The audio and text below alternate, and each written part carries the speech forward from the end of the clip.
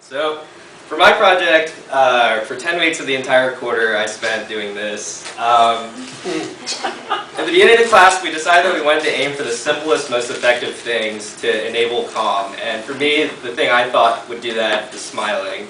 And as you can see, I look to be pretty calm in that area.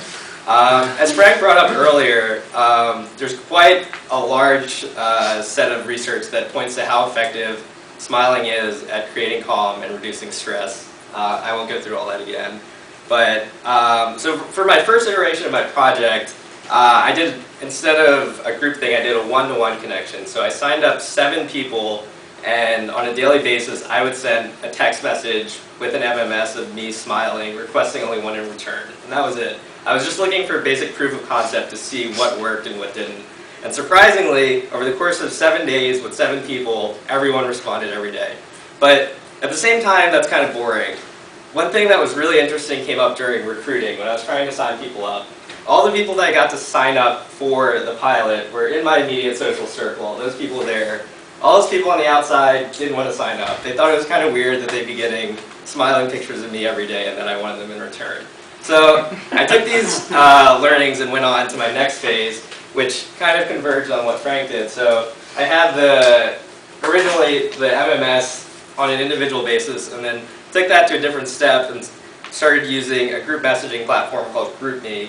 And for those of you unfamiliar with it, the way GroupMe works is you download an iPhone application, and it sort of substitutes your text messaging application. You can have small groups of specific people. So I signed up groups of 4, and the way that, I'll get to that in a second, but the results from this were also pretty similar. With the 3 groups of 4, I had a pretty high response rate on each day. But like I said before, there was an issue with recruiting last time, and getting groups of 4 to sign up when I was having this much difficulty even getting 7 people to sign up was pretty difficult. And what I tried to figure out was what the problem was, and after looking at it for a while, I came to this. These people right here are my friends. Not really my friends.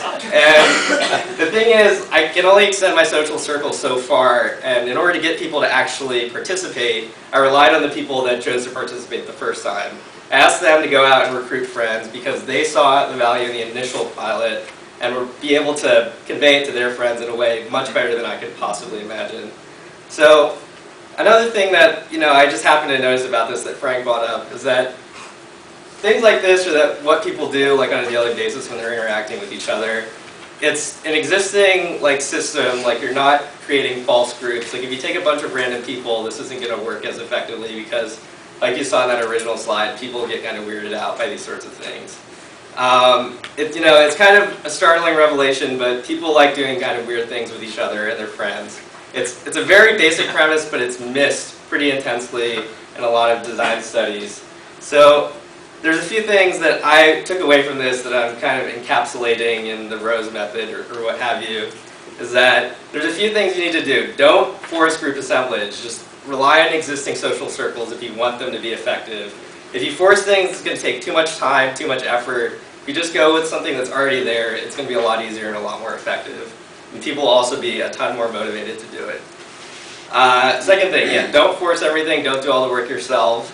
Let people encourage the other behavior. So the biggest thing that I saw from this was using the group messaging platform helped me to get people to respond.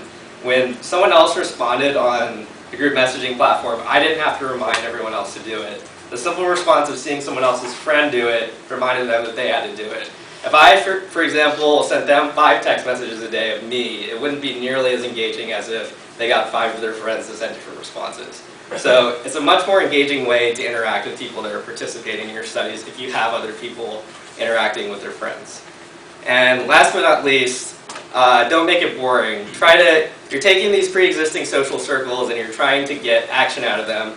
If you want them to act the way they do in those social circles, you are best off trying to sort of mimic what they do in that setting. So that is my presentation. Thank you. And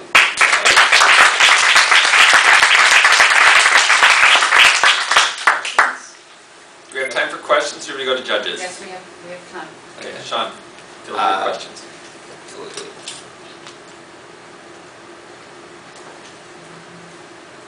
So what would you do next?